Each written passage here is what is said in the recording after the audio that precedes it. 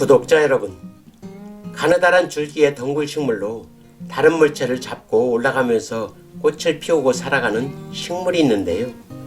겨울을 이겨내는 식물이라 하여 인동초로도 불리고 꽃의 색깔에 따라 금운화라고도 불리는 인동덩굴입니다. 그런데 말입니다. 대부분의 나무들은 한 가지 색으로 꽃을 피우는데 인동덩굴의 꽃은 흰색과 노란색의 꽃이 보이는데요. 이러한 현상은 왜 그럴까요? 궁금하면 참지 못하는 이 강 PD가 그 이유를 알아보도록 하겠습니다.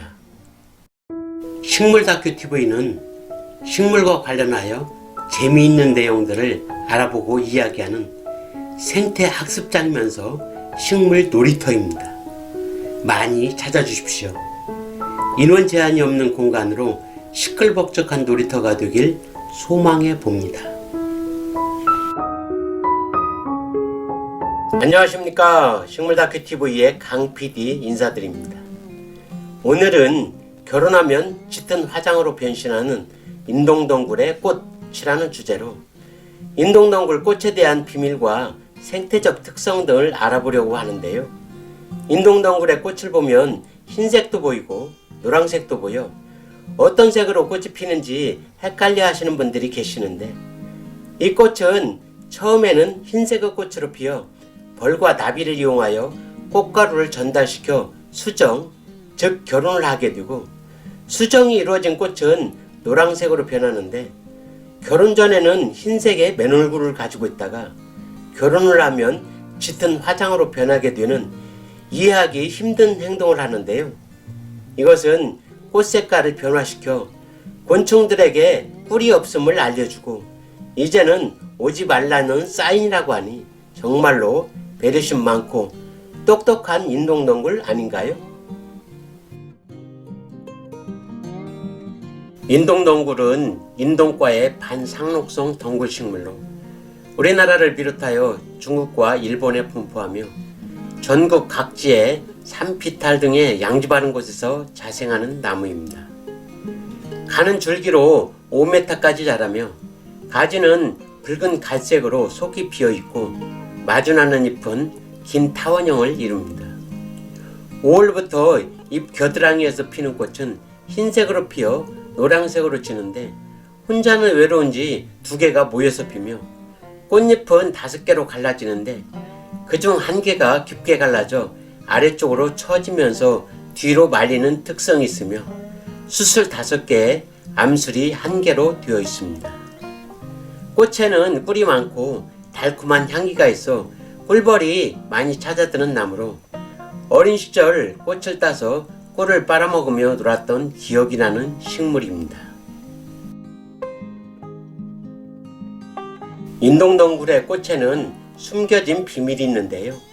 꽃은 흰색으로 피었다가 질 때는 노란색을 띠며 한꺼번에 피는 게 아니라 줄기가 성장하면서 계속 꽃이 올라와 꽃 피는 시기가 다르기 때문에 한 나무에 흰 꽃과 노란 꽃이 같이 피어 있어 처음 보시는 분들은 2 색깔의 꽃이 핀다고 말하는 사람들이 있는데요.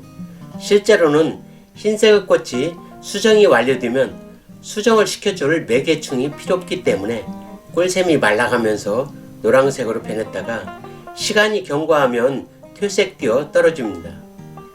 이렇게 꽃이 흰색에서 노란색으로 변하는 이유는 꽃가루를 날라다 수분을 시켜주는 꿀벌 등 곤충들에게 더 이상 오지 않아도 된다는 표시와 내어줄 것이 없음을 알려주는 그들만의 신호로서 서로 상생하는 자들의 작은 배려가 아닐까 생각됩니다.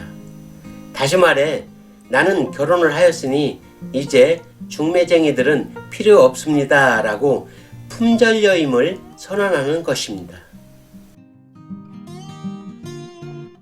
인동덩굴은 이름에서 알 수 있듯이 참을인자에 겨울동자를 사용하여 겨울을 이겨낸 덩굴식물이라는 뜻으로 이름이 붙여졌으며 인동초라고도 하는데 이름 뒤에 풀초자가 붙어 풀이 아닐까 생각도 되지만 덩굴성 나무입니다.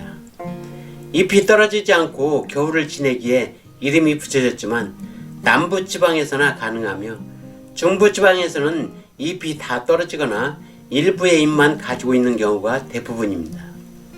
또한 꽃의 색깔이 금색과 은색의 꽃이 핀다고 하여 금은화라고도 불리며, 또 다른 이름으로는 꽃의 수술이 할아버지의 수염과 같다고 하여 노홍수라는 이름도 가지고 있고, 꽃에 꿀이 많아 밀보 등 펼쳐진 꽃잎 모양이 해오라기를 닮았다 하여 노사 등, 또한 귀신을 다스리는 효험이 있다 하여 통령초 등의 다양한 이름을 가지고 있습니다. 근래 들어 붉은색의 꽃을 피우는 인동덩굴이 많이 보여지는데요. 이 식물은 붉은 인동으로 이 나무의 꽃 또한 처음에는 붉은색의 꽃을 피웠다가 나중에는 노란색으로 변하면서 떨어집니다. 인동덩굴은 덩굴성 나무로 아치 등에 감아 올리거나 생울타리용으로 많이 식재되고 있으며, 한방에서는 성질이 차서 열을 내리고 염증을 사겨 종기에 고름을 배출시키는 작용으로 사용한다고 하며, 해열, 해독, 항균, 항바이러스, 항염증, 수렴, 이뇨작용 등의 효능이 있다고 하고, 민간에서는 꽃을 이용하여 술이나 차로 만들어 마신다고 합니다.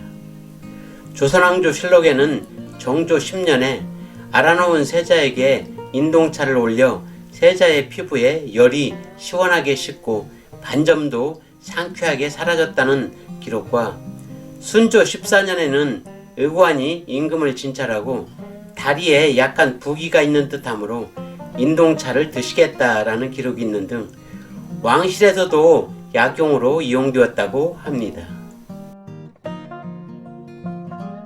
금은화의 이름에는 전해져 내려오는 슬픈 전설이 있는데, 소개해보면 옛날 어느 고을에 금슬이 좋은 부부가 있었는데, 결혼 후 많은 세월이 지났건만 아이가 없다가 온갖 좋다는 약재를 타려먹고 오랫동안 치성을 들인 결과 마침내 아주 예쁜 쌍둥이 딸을 낳았다.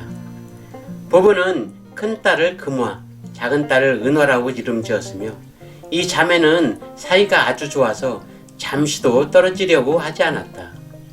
세월이 흘러 성년이 되고 혼담이 들어왔지만 둘은 절대로 헤어질 수 없다며 혼인을 사양할 정도였는데, 그러던 어느 날 언니 금화가 갑자기 병이 나서 앓아누웠고, 동생 은화는 정성을 다해 언니를 간병했건만 조금의 차도도 없을 뿐만 아니라 동생 역시 같은 증상으로 앓아눕게 되었으며, 며칠 후 두 자매는 우리가 죽으면 약초가 되어 세상에 이런 병으로 죽는 사람이 없도록 하겠습니다 라는 마지막 말을 남기며 함께 숨을 거두고 만다.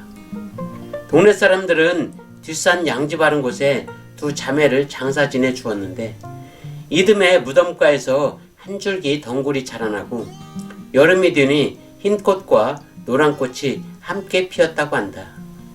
마을 사람들은 금화와 은화의 화신이라고 여겨 금은화라고 부르게 되었고, 유언대로 열병을 치료하는 중요한 약으로 사용되었다고 합니다.